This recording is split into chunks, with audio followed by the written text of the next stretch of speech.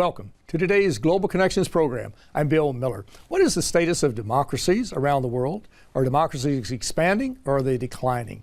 What is the UN Democracy Fund doing to help promote democracy in many areas of the world? My guest today is an expert on these issues. My guest today is Ms. Annika Savill. Ms. Annika Savill is the executive head of the United Nations Democracy Fund. She has worked for the United Nations for 20 years, including 11 years in the Office of the Secretary General. Ms. Annika Savill, welcome to today's Global Connections program. Thank you, Bill, for having me. I appreciate you being with me. We're going to get an update on democracies, which is very, very important. Let's start off with just a very brief overview of the UN Democracy Fund. When was it formed? Why was it formed? What is your main mission?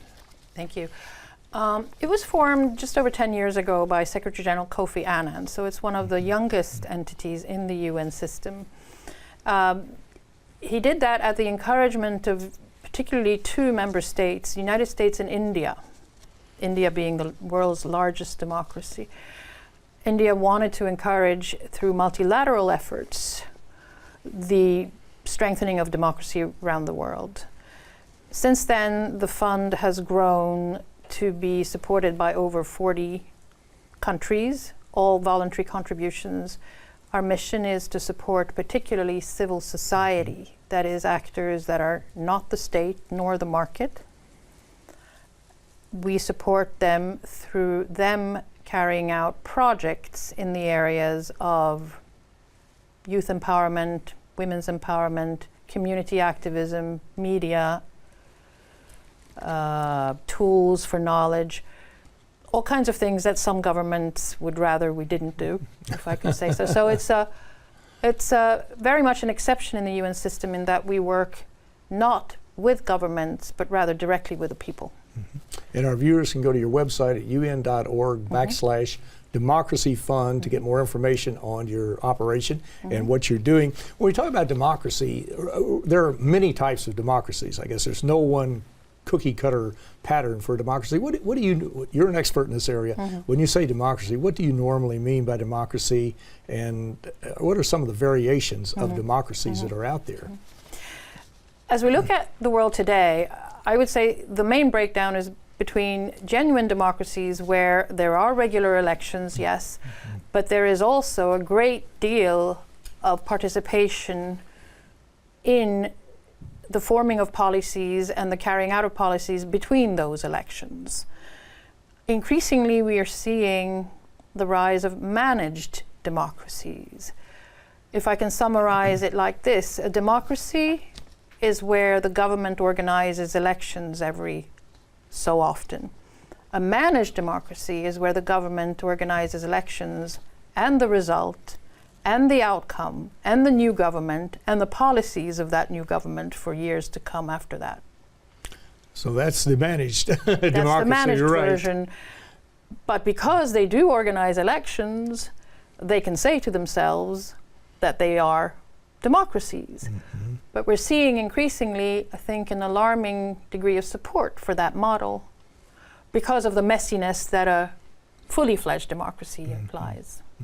When we think back to the late 80s, early 90s, it seems like there was just an explosion of democracies. What with the changes in the old former Soviet Union, with the breakup, well, of the Soviet Union, plus what was going on in other places too, between East and West Germany, and the Balkans, and places like that. What has been the trend over the past couple of years? Are we expanding democracies? Are they contracting? Are the stable democracies under siege today? Or where are we on this? So as we go into 2018, there's not a lot to celebrate. I come to you with gloom and doom really today. We've seen 12 years of global decline in freedom. If you look at Freedom House's reports, about half, if that, of the world's countries can be classified as free. One of the most alarming aspects of that is that it's in the consolidated democracies that we're seeing the most backlash, the most decline, the most tendencies towards authoritarian rule of some parts of society. We're also seeing a lot of identity politics replacing ideology. with all of the downsides that identity politics can bring, which is often fear of the other, fear for the future. When fear is in the driving seat, it makes for pretty bad driving, I think we've seen. It certainly does, no doubt about that. The democracies that we're looking at today, we talk about democracy, and all of us who live in a democracy love being here. We think I hope we enjoy being here in different countries where there are democracies.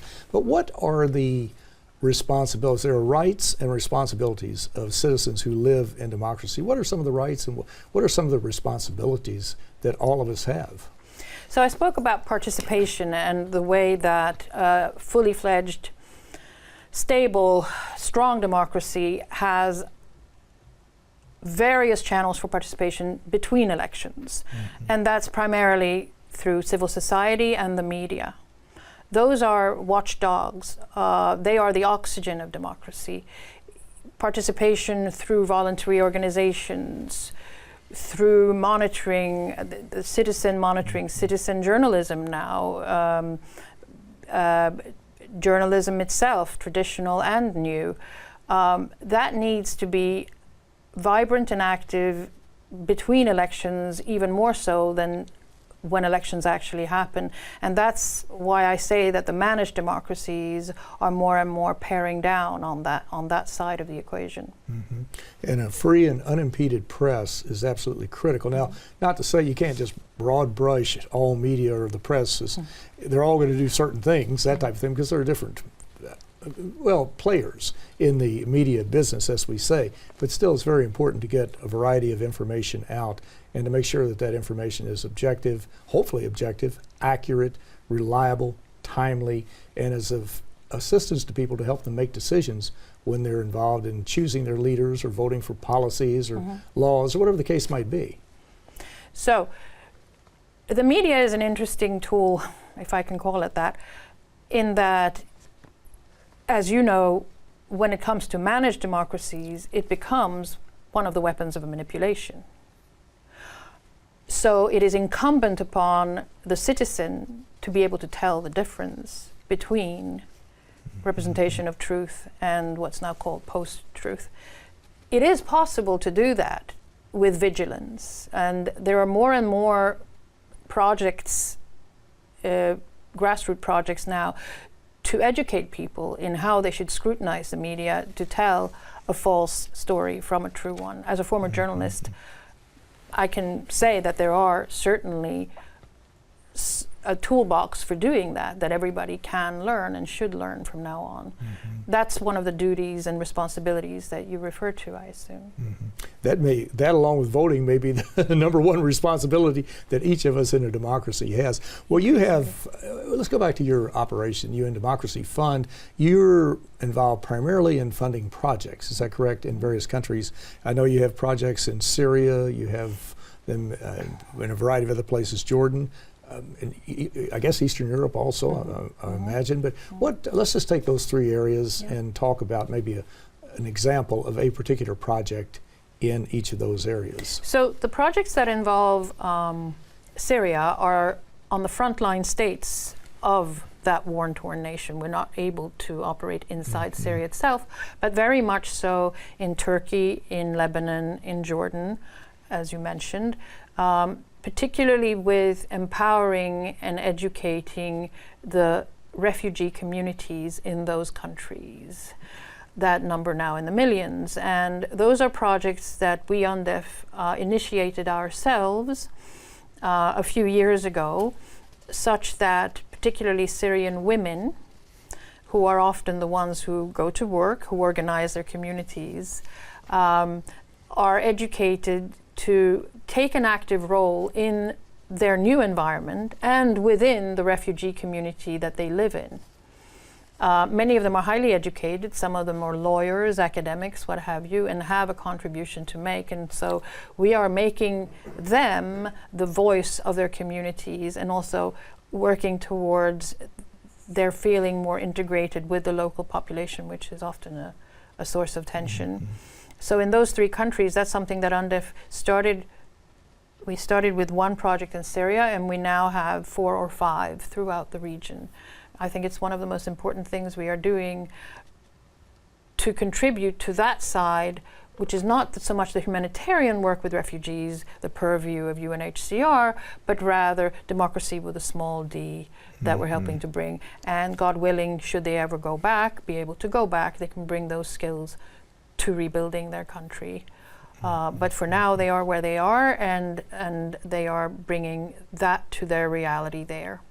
In Eastern Europe, we have a few interesting projects, I think, in the post-Soviet space.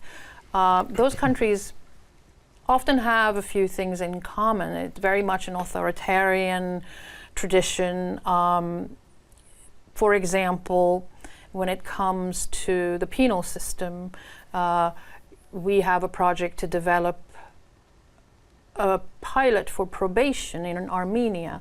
Until now, there has been no probation. Everybody's flung in jail for what we would consider minor offenses. So our pilot project is developing a model for probation in Armenia, such that people do not go to jail unnecessarily. Another example of that post-Soviet authoritarian and challenging it is we're working for pedestrian rights in Georgia. In the post-Soviet space, you'll find very often that the machine takes precedence over man. There's a hierarchy there, power. In any post-Soviet large city, a pedestrian will have no rights, will not be able to cross a street, they have to go through an underpass. There are no zebra crossings. You might have to walk a kilometer, almost a mile, to find a crossing underground to get to the other side. This so infuriated me on one of my many visits, and I've spent a lot of time in the region, that I sought out some activists, young activists who believe passionately about this, and asked them to organize themselves into an association and start a project for pedestrian rights. And we've done that now in Georgia. It's about to complete its activities. I hope that we can fund further projects of that nature. Well, you're watching Global Connections Television, which is a privately funded, independently produced program. The opinions expressed on Global Connections are solely those of the moderator and his guest. We would invite our viewers to go to our website at www.globalconnectionstelevision.com to view previous programs. Also, if you're involved with the PBS or a community access television station, or perhaps a university or an educational institution that has a intra-campus television hookup, please feel free to download any of our shows. Global Connections is provided free of charge as a public service to help us better understand international issues and how they impact our lives. Today we're taking a look at that broad definition of democracy and what it means for us who live in democracies, and perhaps what it means for people who do not live in democracies. And my guest today is focusing on this in great detail. My guest today is Ms. Annika Savill.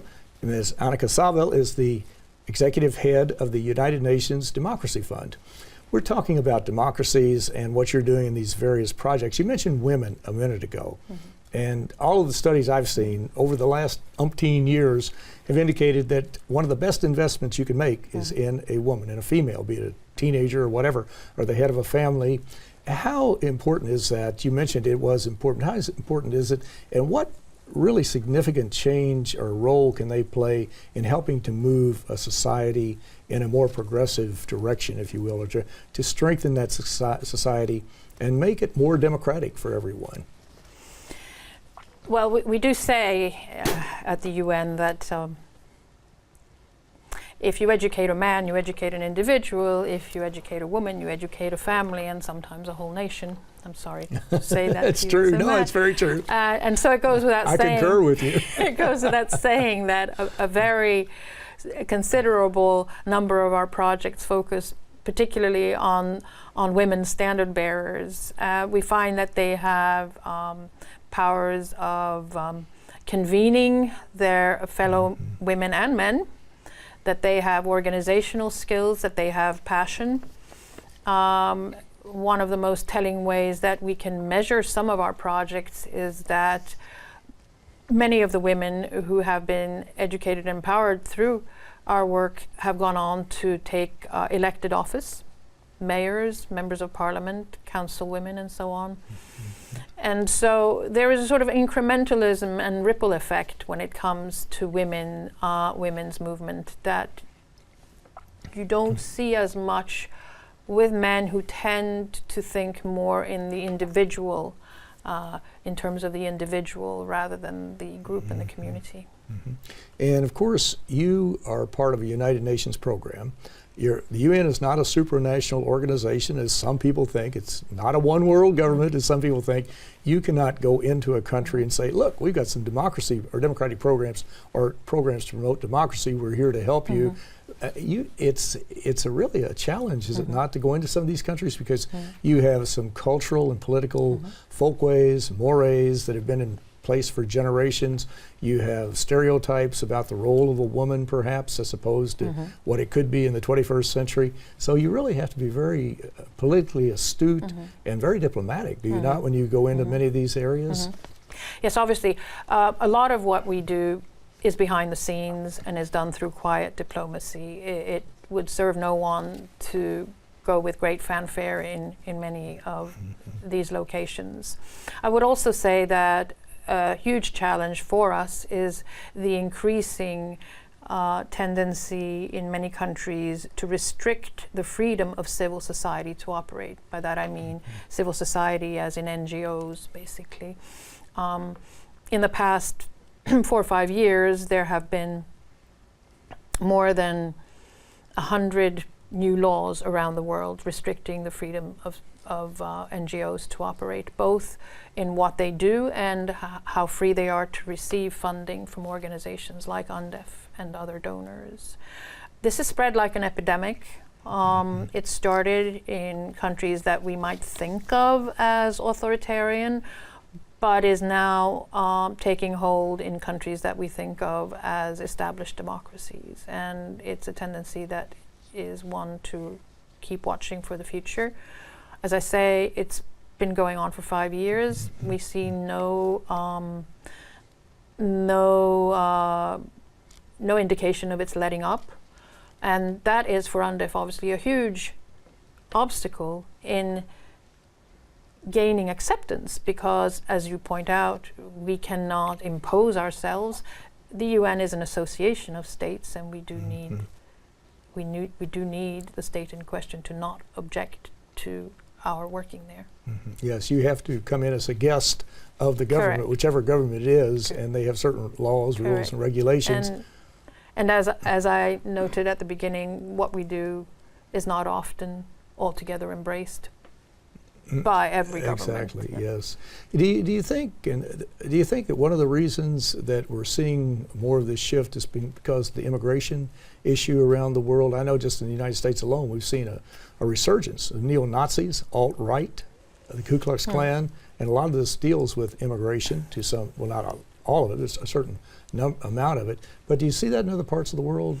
I think that in parts of Europe, that is certainly a driver of a more closed society, of a more restrictive type of policy that then will spread towards how it treats civil society organizations, for sure. But I would also add that much of this epidemic of cracking down on civil society was taking hold before the real peak of the migration movement. The seeds were planted before this ever happened. Very much. But if we go back to women for a moment, into the UN Sustainable Development Goals. There are 17 logical, practical, measurable, achievable goals that were adopted in 2015, I guess September 2015, by the member states, 193 member states of the United Nations, and to focus on these 17 goals: to eradicate poverty by 2030, to eliminate hunger, to empower women. There are 17 of them. We mentioned women already. Are there 2 or 3 that are of higher, they're all important, but are there 2 or 3 that are of higher priority when you're doing your planning? It's a good question. So one of the goals, goal number 16, is explicitly related to this kind of work, in that it is a goal for good governance and rule of law and so on. And you might be tempted to say, well, that's the goal that UNDEF therefore should focus on. But if you think about it, these goals are there for everyone. And democracy runs through them like a golden thread, really, because they are about decent work for everybody, clean water for everybody, safe childbirth for everybody. And therefore, the notion that you are empowering people to have the same rights as those of us lucky enough to live in countries like this one, that is indeed the very basis for democratic principles. So when we look at projects and how we give voice to the Sustainable Development Goals, we look at how civil society can organize itself to support the work to both monitor and bring those goals to reality. There's a huge role to be played here by NGOs, activists, and so on. And we can support them in favor of any and all of those goals. That's also democracy. Mm-hmm. And you've had these projects that are out there. How do you measure the effectiveness of the projects to make sure you're achieving your target population, or you're achieving your goals and doing it in a very efficient and effective way? How do you do that? That's a favorite question of donor government. Is it really? Of ours, yes. One way is what I mentioned earlier, that in each project you will see tangible results, such as women being elected to parliament or to mayor, or youth having a new organization through which to air their grievances and so on. But if I may make a commercial for one moment also to fellow practitioners who may be watching, on our website we now have developed an interactive lessons learned mechanism where we actually measure what each project has done and what lessons can be drawn from it for others who are working in the same area. So on our website there's a tab called Lessons, quite simply. That is based on the post-project evaluations that have been carried out by independent experts of our projects, and then we channel those into this great interactive platform that I think will be groundbreaking. We developed it last year. I think it will be groundbreaking for this kind of work. Mm-hmm. And lessons learned, best practices, those are absolutely critical to make sure that we don't go out and reinvent the wheel, have some of the same problems that we had 5 years ago in future projects, but learn from one another on these. And of course, no two projects are exactly identical, I'm sure, but all of them are similar in some respect as you move forward with your activities. Well, in the last 30 or 40 seconds we have, what do you see as the major challenge of the UN Democracy Fund as we move forward into the 21st century? Hardest question. I think a big part of it is how to make governments who are not positively minded understand that a well-functioning society is one that has both a strong state and a strong civil society. It is possible and indeed necessary to have both working in tandem towards the same goals, but also one holding the other accountable. And if you look at the most stable, prosperous countries in several regions, you'll find that what they have in common is a combination of both. And that is very, very important to do, because one does not preclude or exclude the other. It's important to bring them together, because that can strengthen your society. And as we've discussed over the last 25 minutes or so, if you live in a democracy, it's really a privilege, but you have certain rights, but you have responsibilities, and we need to be aware of those and to exercise them and to make sure that we are productive members of that society. But it's very important that we know what it is. And one thing that I know just in this country alone that we don't see as much of are students who study civics. They don't study about government. They don't study about the society within which they're living, and that is a major, major problem. They don't study about the UN. Years ago, there used to be courses on the United Nations. There used to be pages, a full page in various newspapers talking about what UN agencies were doing. We don't see that today. But Annika Savill, who's the executive head of the United Nations Democracy Fund, it's a very important topic. It's a very interesting topic. And I want to thank you so very much for a very interesting and informative program. Thank you so much. Thank you. I'm Bill Miller. Thank you for joining us today on Global Connections Television.